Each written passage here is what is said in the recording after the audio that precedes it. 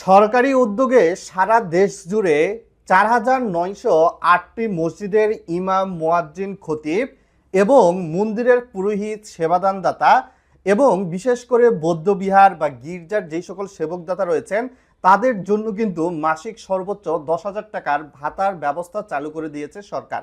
ঠিকই শুনেছেন। এবং আইবাস সিস্টেমের মাধ্যমে এটার কিন্তু উদ্বোধনও করা হয়ে গিয়েছে। আজকের ভিডিওতে ইন ডিটেলস বিষয়গুলো জানবো, তাই ভিডিওটা লাইক করে চ্যানেল নতুন দর্শক হয়ে থাকলে সাবস্ক্রাইব করে দিবেন। চাইলে ভিডিওটি শেয়ার করে দিতে পারেন, যেহেতু ভিডিওটা ইনফরমেটিভ হচ্ছে।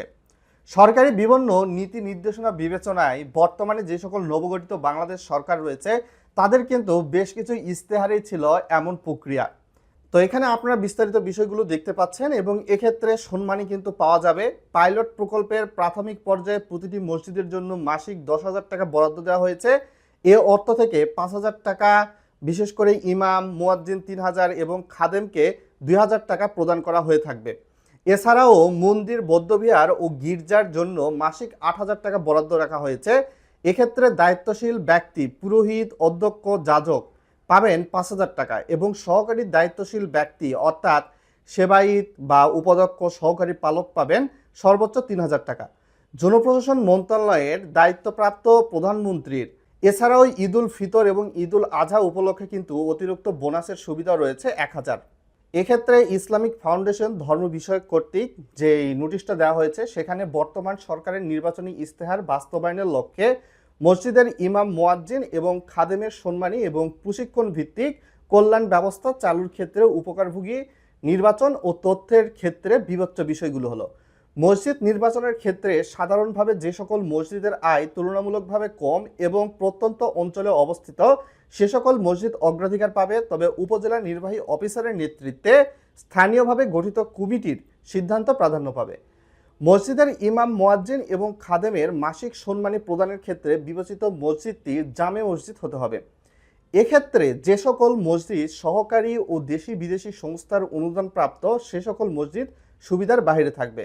প্রতিটি ইউনিয়ন এবং প্রতিটি পৌরসভা থেকে একটি করে জামে মসজিদের ইমাম, মুয়াজ্জিন এবং খাদেমকে মাসিক ভাতা প্রদান করা হবে। মাসিক ভাতা প্রদানের ক্ষেত্রে প্রতিটি মসজিদের জন্য বরাদ্দ ১০,০০০ টাকা মাসিক। তো এখানে আগেই বলে দেওয়া হয়েছে ইমাম, মুয়াজ্জিন বা খাদেমরা কত টাকা পাবে। মাসিক ভাতা প্রদানের জন্য ইমাম, মুয়াজ্জিন এবং খাদেমের নিজ নামে পৃথকভাবে সোনালী ব্যাংক পিএলসির সঞ্চয়ী হিসাব নাম্বার, শাখা এবং রাউটিং প্রেরণ করতে হবে। অন্য কোনো ব্যাংক হিসাব গ্রহণযোগ্য হবে না এবং নির্বাচিত উপকারভোগী সোনালী ব্যাংকের হিসাব নাম্বার প্রধান কার্যালয় থেকে মাসিক ভাতা প্রদান করা হবে। গত ৪/০৩/২০২৬ সালে প্রেরিত ছক অনুযায়ী নিক্স ফ্রন্টে ইমাম, মুয়াজ্জিন এবং খাদেমের তথ্য প্রেরণ করতে হবে। উপজেলা পর্যায়ে গঠিত কমিটি কর্তৃক অনুমোদিত উপকারভোগী তথ্য জেলা পর্যায়ে উপপরিচালকগণ সংকলিত করে প্রধান কার্যালয়ে পাঠাবেন এবং মসজিদের ইমাম, মুয়াজ্জিন, খাদেমের তথ্যবলী সংশ্লিষ্ট ছকে ৫ মার্চ বৃহস্পতিবার ৩টার মধ্যে বিনা ব্যর্থতা সমন্বয় বিভাগে প্রেরণে নিশ্চিত করতে হবে। তো এক্ষেত্রে আপনি মসজিদ, মন্দির বা গির্জায় যে সকল হয়তোবা যাজক রয়েছে, ইমাম, মুয়াজ্জিন বা পুরোহিত রয়েছে, তারা যদি আবেদন করতে চায় অবশ্যই আপনার পৌরসভায় যে সমাজসেবা অধিদপ্তর রয়েছে সেটার মাধ্যমে আবেদন করতে হবে। কোনো নেতা খেতার পিছনে আপনি ঘুরে কিন্তু এই আবেদন প্রক্রিয়া সম্পন্ন করতে পারবেন না। পরিপূর্ণ বিস্তারিত বিষয়টা কিন্তু উপর মহল থেকেই সিদ্ধান্তের মাধ্যমে জানিয়ে দেওয়া হবে এবং প্রত্যেকটা পৌরসভা এবং ইউনিয়ন পরিষদের জামে মসজিদের যে সকল ইমাম, মুয়াজ্জিন বা মন্দিরের পুরোহিত বা গির্জার যাজক রয়েছে তাদের ক্ষেত্রে এই বিষয়টা কিন্তু প্রযোজ্য হবে।